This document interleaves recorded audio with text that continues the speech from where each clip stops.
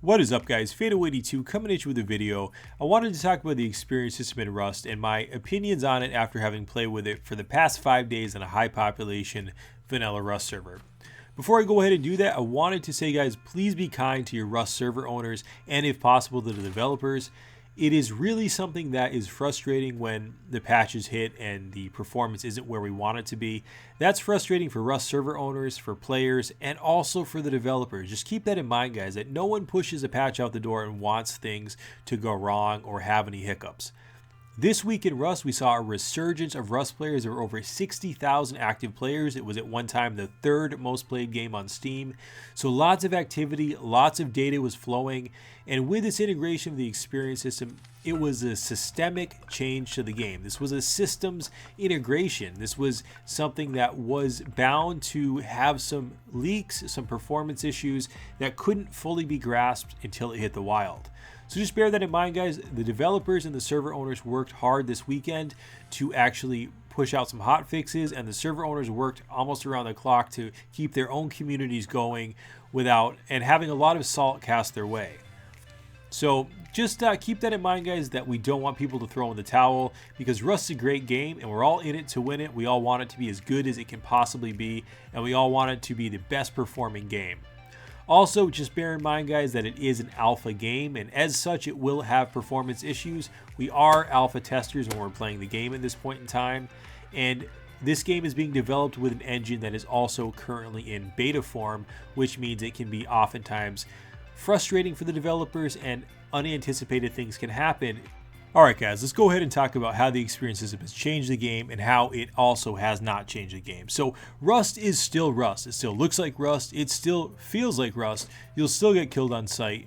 Players will be a little bit kinder to you because they'll want you to use their tools, because they'll want to gain experience from you doing that.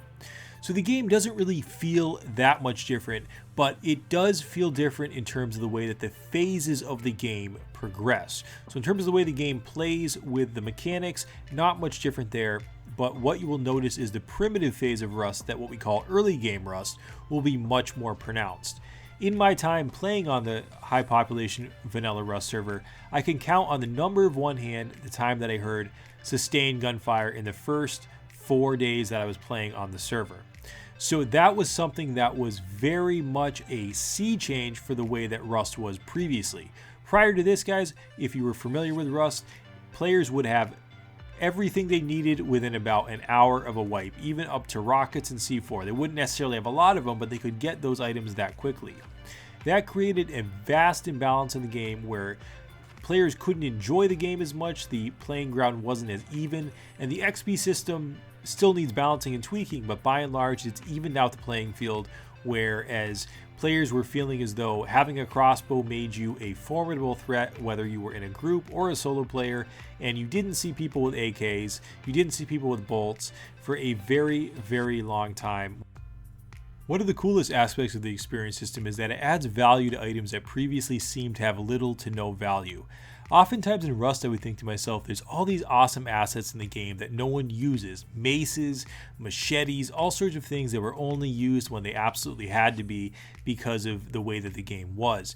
And that was because players, the race to the top end, the high tier arms, always happened so quickly, and you couldn't really use those items in a way where you ever really had a purpose to using them that didn't put you at a huge disadvantage.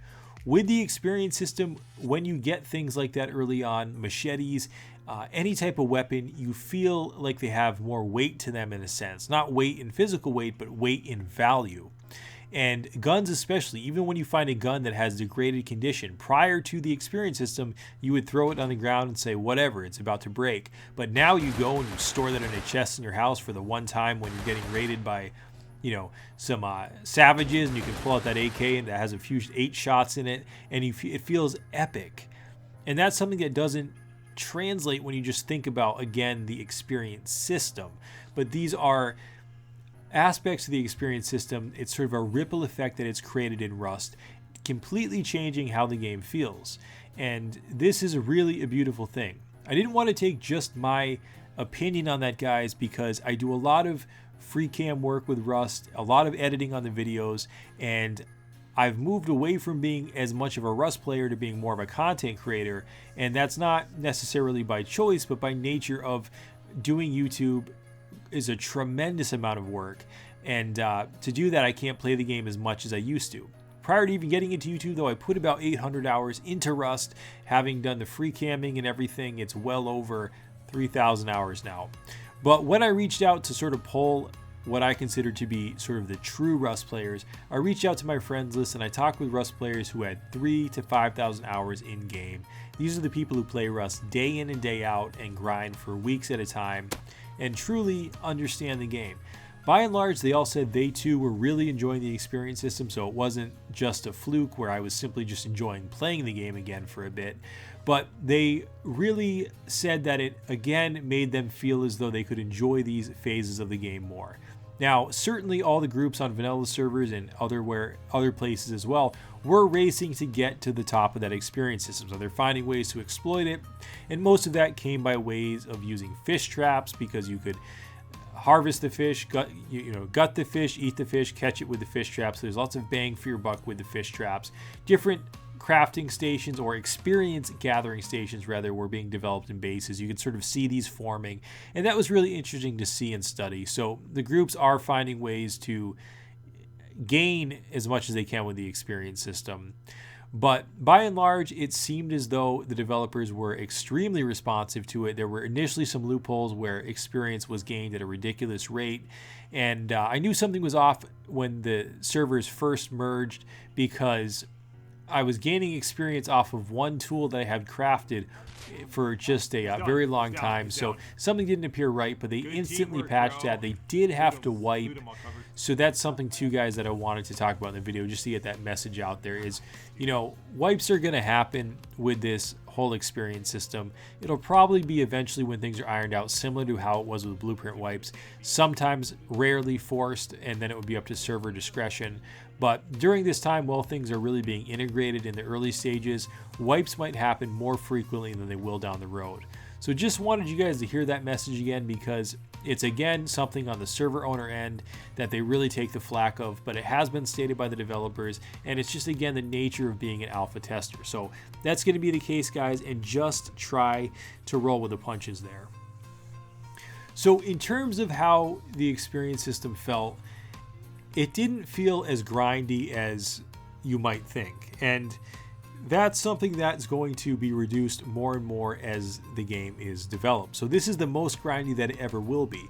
My personal opinion, as I stated in the previous video, is that it's less grindy than the BPs, because I didn't spend my time searching for that one BP. I knew when they were going to come, and I spent the time out in the landscape interacting with players, whether it be fighting players, talking to players, harvesting resources, or building bases.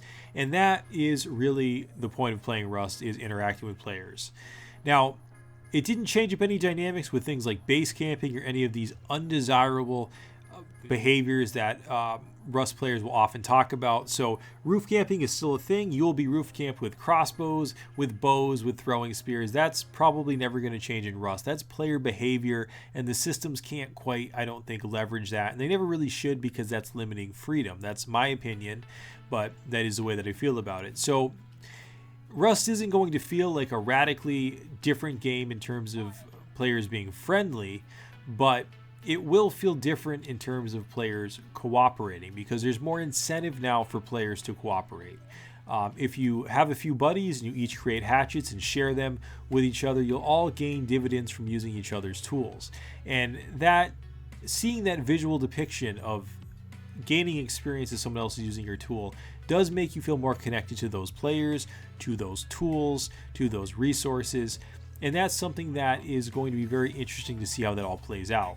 That's tied to a system called ownership, and that's something that is really unique IDs that are tied to every resource, every item that's crafted, that are tracked back to players, and that will eventually give players some type of connection to that item in terms of experience that's gained when it's either used, in terms of the resources eventually, or when the item's crafted. Alright guys, just wanted to address that some of you asked me about the prestige modes that I mentioned in last week's Rust update video, and I don't have any information on that, guys, but that was not something that was made up. That was from a credible source. And yes, prestige modes will be something in the future that will be integrated into Rust, and no one knows what that's going to look like. But I was curious, guys, what do you think would be cool for some type of prestige level or mode in the Rust experience system? I personally think that would be a great time to leverage things like hair growth or beard growth. So imagine showing your status symbol by having a big Rastafarian dreadlock going on, or having a huge beard that grows over time over those prestige levels. That's personally what I think would be awesome. Let me know what you guys in the comments think would be cool.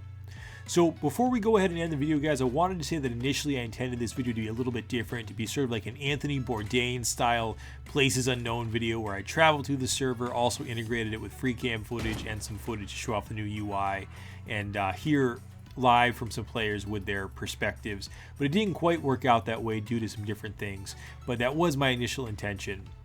I also wanted to talk, guys, about the vocal minority in Rust and then the very unvocal majority.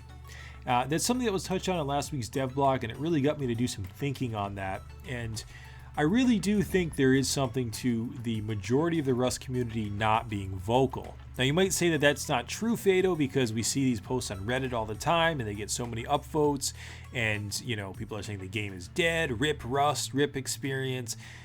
But that doesn't mean that that's the true Rust players.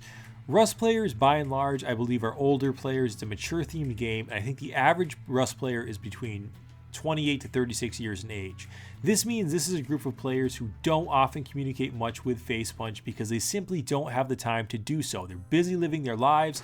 They're adult gamers who absolutely enjoy the game, but they're a demographic that doesn't communicate very much. I know that because that's a demographic that I'm familiar with. I personally am an outlier. I'm 82 years old, guys. That's why I have 82 after my name. But it's something that I think skews often the results. But Rust is not a dead game. We can see by the Steam stats that it has had a rebirth and a resurgence. And hope you guys are having fun with the experience system. I know I am. Peace.